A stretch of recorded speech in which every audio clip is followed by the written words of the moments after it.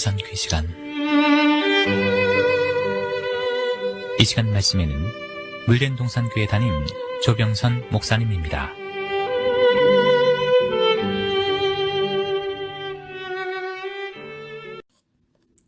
평안하셨습니까? 조병선 목사입니다. 저는 이번에 새로 시작하는 방송 설계 주제를 머리에서부터 가슴까지의 거리로 정했습니다. 왜냐하면 머리가 아는 것하고 가슴으로 깨닫고 아는 것과는 신앙의 삶에 아주 큰 격차가 있기 때문입니다. 그런 의미에서 우리의 신앙은 하나님의 말씀을 머리에서 하는 것을 가슴으로 끌어내려 그 말씀을 지키려는 의지가 있어야 그 믿음은 장성하게 자랄 수 있습니다. 하나님은 묵묵히 말씀을 지켜나가는 자녀들에게 하나님도 힘을 얻으시고 기뻐하신 사실을 여러분 잊지 마시기 바랍니다. 오늘 말씀의 제목은 우리의 의지와 일하시는 하나님에 대해 말씀을 전하려 합니다. 저는 말씀이 하나님이라는 것을 알았으면서도 그것을 가슴으로 끌어내려 실천하는데 자그만치 8년이나 걸렸습니다. 그런 면에서 우리의 신앙의 삶 속에서 자기 자신의 의지를 동원하여 하나님의 말씀을 지킨 선진들에게 하나님께서 어떻게 갚아주셨나를 조명하려 합니다. 그리고 제 신앙의 삶에서 말씀에 순종했던 내용을 하나님께서 어떻게 갚아주셨는가도 여러분께 간증하려 합니다. 이 말씀을 들으시는 여러분도 여러분의 삶을 돌이켜보시기 바랍니다.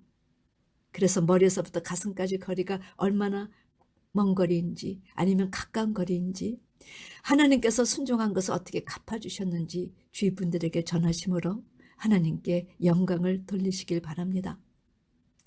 성경에는 변하지 않는 원리가 있지요. 하나님은 오직 그의 능력으로 축복을 예비하시고 내가 이렇게 하면 내가 이렇게 축복으로 갚아주겠다. 반대로 내가 이런 축복을 주겠다 했는데 순종치 않으면 저주로 갚아주겠다. 조건부로 제시하셨다는 사실입니다. 저는 이 말씀에서 하나님께서 우리 인생의 의지를 존중해 주시는구나. 순종하면 하나님의 수준으로 주시는 축복을 받을 수 있구나. 얼마나 감사가 마음으로부터 우러나왔는지 모릅니다. 그런데 성도 여러분, 이 하늘에 속한 신령한 복은 우리가 먼저 이런 복 주세요 하고 달라서 주시는 것이 아니요. 자비하신 하나님께서 먼저 준비하시고 우리가 순종하면 주신다 하셨으니 이제 저와 여러분의 선택만 남은 것입니다. 꼭 기억하시기 바랍니다. 자, 하나님께서 예수님의 육신의 어미 마리아를 어떻게 대하셨는지요? 어느 날 그냥 강건적으로 아기 예수를 낳게 하셨습니까? 아닙니다. 하나님은 가브리엘 천사를 마리아에게 먼저 보내주셨지요. 그리고 천사를 통해서 은혜를 받고 주께서 함께 하시는 자여 무서워 말라. 내가 수태의 아들을 낳으리니 그 이름을 예수로 하라. 마리아의 의지를 먼저 물어보시고 당신의 뜻을 진행하게 하셨습니다. 만약 이때 마리아가 그런 짓 하다가 아기를 낳으면 사람들에게 돌에 맞아 죽을 수 있는 일 저 하고 싶지 않습니다. 싫습니다. 두려워 말하였다면 그래도 하나님께서 아기를 낳으라 하셨을까요? 그날 마리아는 천사에게 주의 계집종이오니 말씀대로 내게 이루어지이다. 아멘. 자기의 의지로 감동하여 순종하였습니다. 하나님은 아멘으로 화답하는 마리아를 통해 예수님을 이 세상에 탄생시키는 대역사를 이루셨지요. 먼저 날 때부터 속용된 자를 향한 예수님의 치유 방법은 여러분 인간이 납득할 수 없는 도저히 믿기지 않는 방법이었습니다. 가뜩이나 눈에 보이지 않는데 진흙에 그것도 침을 발라 소경의 눈에 덕지덕지 개어 붙이셨습니다. 그러나 청년은 어떤 이의도 제기하지 않았지요. 누구보다 눈을 뜨고자 하는 강한 의지가 있었고 주님의 가능성을 믿고 말씀에 순종했던 것입니다. 성도 여러분, 그러나 이 하나님의 가능성을 가지고 산다는 것과 그것을 성취하려는 의지는 늘 별개입니다. 고칠 수 있다는 가능성은 38년 된 병자도 가지고 있었습니다. 그런 연유로 베네스다 연못에서 천사가 나타나기만을 죽치고 고대하고 있었지요. 그런데 주님은 그에게 내가 낫고자 원하느냐 물으셨습니다. 저는 이 질문이 내가 과연 그 가능성을 실현시키기 위해 38년 동안 시도한 것이 무엇이냐 그 의미가 아니었을까 하고 생각해 봤습니다. 실제 그는 주위에 자기를 도와줄 조력자가 없다는 자기 생각의 제한에 갇혀 있었습니다. 그 결과 그 어떤 가능성도 이미 상실한 채 지내왔던 것이지요. 그런 의미에서 성도 여러분, 하나님의 가능성은 굳게 믿으면서도 그것을 자기 것으로 소유하기 위해 어떤 의지로 스스로 반응하고 시도했는가 돌아보시기 바랍니다. 저도 이 38년 된 병자처럼 가능성을 믿으면서도 제 생각에 제한에 갇혀 있었던 문제 하나를 발견할 수 있었습니다. 그런데 소경은 불치병을 고칠 수 있다는 가능성과 플러스 낫고자 하는 강한 의지가 있었다는 겁니다. 그래서 주님께서 치료요법으로 그의 눈에 진흙을 바른 그 방법에 어떤 이의도 제기하지 않았습니다. 오직 주님의 치유 방법을 믿고 진흙을 눈에 덕지덕지 바른 채 실로암을 향해 갔었던 것입니다. 여러분, 이것입니다. 이 청년이 얼만큼 주님의 말씀에 온전히 순종했는가? 성도 여러분, 이 청년을 씻고 밝은 눈으로 돌아왔습니다. 그런데 놀라운 것은 여기서 씻다는 단어의 성경적 의미는 목욕하다는 뜻입니다. 여러분, 성경에서 목욕했다는 것은 일생에 단 한 번 해야 할 그 영적 목욕을 하고 원죄를 사함받는 축복을 의미합니다. 그가 목욕한 자라는 것은 그의 마지막 신앙 고백인 주여 제가 믿나이다. 주님을 주라 부르고 절하며 경배한 것에서도 온전히 드러났지요. 그런 의미에서 소경이 주님의 말씀에 온전히 순종할 때 그의 평생의 소원인 영적 눈이 열린 것입니다. 하나님께서 그의 의지를 존중하시고 그의 의지와 함께 일하셨기 때문이지요. 이번에는 인간의 의지를 존중해 주신 하나님에 대한 제 간증을 나누려 합니다. 부끄럽지만 신앙심이 있다 하면서 어떤 어려움이 다가올 때 인간이 갖는 보편적 이성의 생각은 늘 신앙의 삶의 실패를 경험하게 합니다. 그런 연유로 말씀이 하나님이라는 사실을 깨닫는 것에 8년이 걸렸습니다.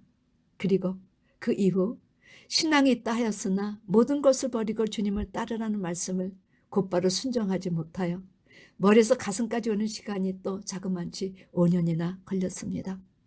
그런데 성도 여러분, 그 5년이란 기간 동안 모든 것을 버리라는 주님의 명령을 순종하지 않는 우를 범했지만 하나님은 변치 않고 저를 지켜보시고 그 명령에 순종하기를 기다려 주셨다는 사실입니다. 그리고 뒤늦게 제 의지를 동원해서 말씀에 순종하니 하나님께서 친히 순종한 것만큼 많은 것을 갚아주셨습니다. 그런데 싱가포르에서 갖고 온 재물을 거의 다 잃었으나 저희 두뇌의 마음은 이상하리만큼 편안했습니다. 딸과 아들도 엄마의 하나님의 부르심을 받는 과정을 거치면서 얼마나 성숙해졌는지 모릅니다. 이것이 하나님의 자녀란 자리에 되어 있는 자가 받을 축복이 아닌가 합니다. 주님을 영접한 지 6년째 되던 해 세상적으로도 자격을 갖출 수 있도록 노던 베프티스트 테올로지컬 세미나리 노던 침례신학대학원에 입학을 하였습니다. 그리고 비즈니스는 뒤도 돌아보지 말라는 남편의 말에 이왕이면 신학도 제대로 해보자는 마음으로 풀타임으로 신학 석사 과정을 마쳤습니다. 뒤늦은 공부를 지원해준 남편과 격려해준 아들, 딸들에게 제게 뒤늦음을 부르심을 주신 하나님이 얼마나 감사했던지요. 그 아메리카 베프티스트 처치즈 오브 USA 미국 침례교단에서 인도하는 개척교회를 시작하게 되었고 개척교회를 시작한 지 1년 후에 교단에서 목사 안수를 받았습니다. 교회 먹을 물된 동산이라고 지은 것은 성경에서 제시하시는 물된 동산의 축복만큼 좋은 것이 없었기 때문입니다. 이사야 58장 9절부터 읽어보시기 바랍니다. 하나님은 3가지 하지 마, 그리고 2가지 하면 물된 동산의 축복을 주시겠다 약속하셨지요. 하지 말라고 하신 내용은 멍에, 손가락질, 허망한 말을 제하라. 이 3가지는 하나님께서 제일 싫어하는 인간의 행동 품목이었습니다.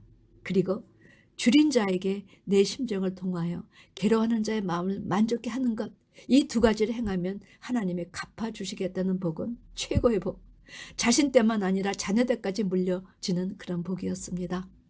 저는 제 목회 방향을 말씀으로 치유받는 목회, 말씀 받아 성도도 다른 이들을 교육할 수 있는 교육 목회, 그리고 주님처럼 제자와 목회를 중심으로 목회를 시작하였습니다.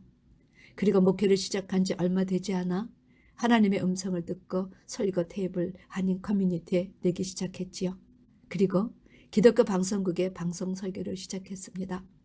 그런데 그의 공부를 더하게 된 동기를 갖게 되었습니다.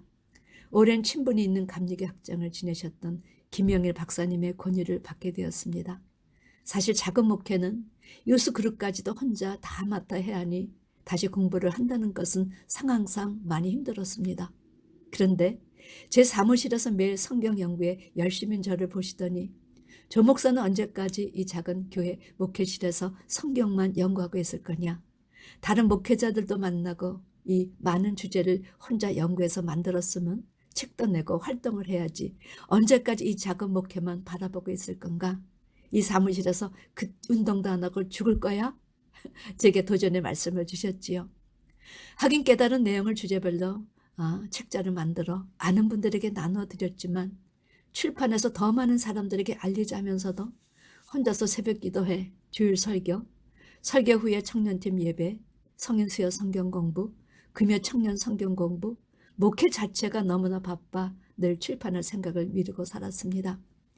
김 박사님 말씀을 듣고 제 삶의 틀을 조금 전환하자는 생각이 들어 남편에게 학장님의 말씀을 전했습니다. 남편은 책을 출판하려면 그 코스가 필요할 것이라고 찬성했습니다. 생각해보니 학장님 말씀이 옳았지요. 앞으로 책을 출판하기 위한 전 과정이 아닌가, 제게 필요한 시기와 때라는 생각에 단안을 내릴 수 있었습니다. 학장님이 추천한 버클리에 있는 American Baptist Seminary of the West, 그것에 원서를 넣고 학기에 맞춰 비행기로 3년을 오갔습니다. 그리고 각지에서 모여든 동료 목회자들과 버클리 교정을 오가며 정말 많은 것을 배웠습니다. 저로서는 정말 오랜만에 외출이었지요. 새 것을 배우고 새로운 사람들을 만난다는 것은 제게 또 하나의 기쁨이요 새로운 활력소가 되었습니다. 특별히 제가 공부하겠다고 할 때 새벽 제단을 지켜주시고 기도로 후원해 주셨던 성도님들, 늘 격려와 용기를 아끼지 않았던 남편, 마지막 논문 마무리할 때는 식사도 제대로 차려주지 못해도 잘 참아준 것 너무너무 고마웠습니다.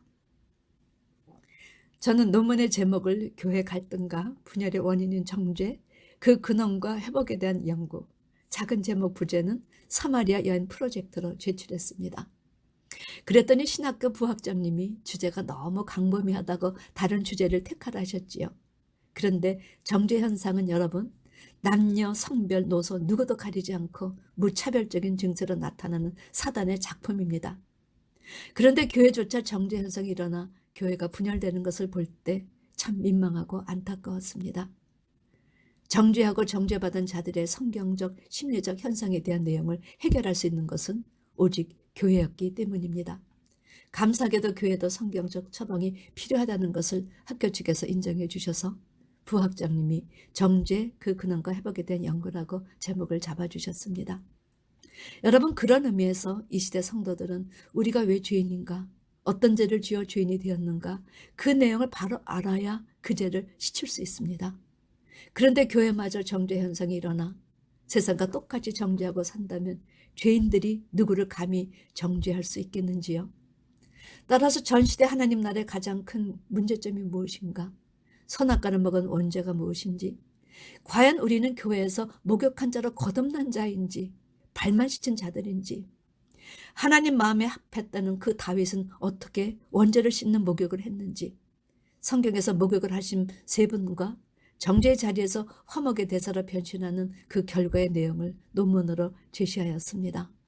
그리고 우리가 어떻게 죄를 씻어야 하는가? 출애굽기 30장에 하나님께서 제시하신 세 가지 기도에 대해, 그리고 정죄받아 상한 심령으로 교회를 다니던 분들이 어떻게 회복을 하였는가? 사마리아 여인 프로젝트 16월크샵의 내용을 모두 담아 논문에 제출했습니다.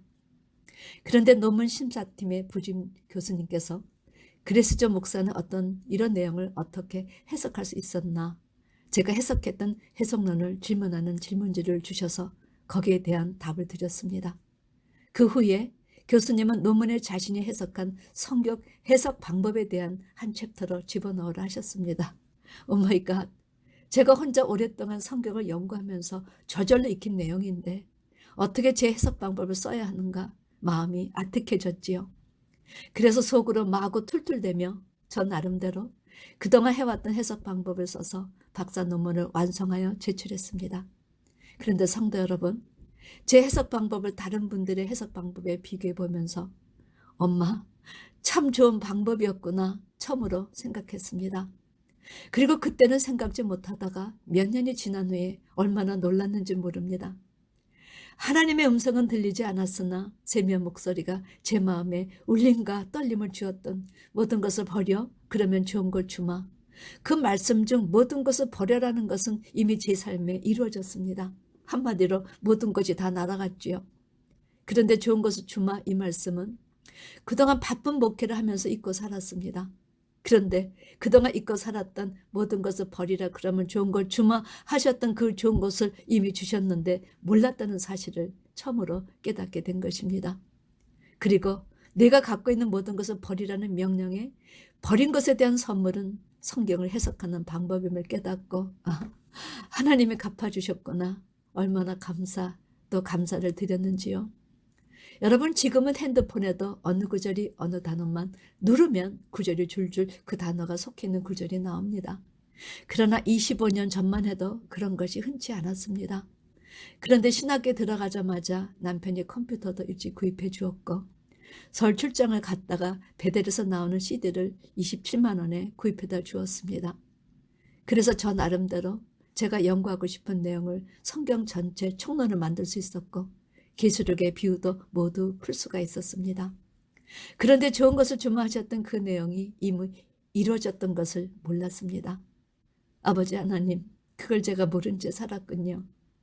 그동안 성경을 연구했던 그 배경에 성령 하나님이 함께 하시고 남편이 함께하고 김학자님이 저를 이끌어 주시고 해석 방법에 대해 모르셨던 박 교수님 그리고 우리 교회 성도님들이 모두 함께 합작하신 그 모든 것을 깨닫게 된 것입니다. 이런 하나님 앞에 저는 두 손을 두고 항복했습니다. 아버지 하나님 감사합니다. 좋은 것 주셨으니 이 모든 것을 나누는 일에 더 열심히 일하겠습니다. 작은 것을 버리게 하시고 큰 선물을 주시는 그런 하나님을 찬양하지 않을 수 없었습니다. 사랑하는 성도 여러분, 하나님은 이렇게 하나님의 말씀을 듣고 자기 의지를 동원해서 행하는 자들에게 함께 하실 뿐만 아니라 약속하셨던 그 내용을 갚아주시는 분이십니다. 성도 여러분, 이제 여러분의 행하는 의지로 하나님을 기쁘시게 하실 뿐만 아니라 갚아주시는 축복도 함께 누리시길 주님의 이름으로 축원합니다. 아멘.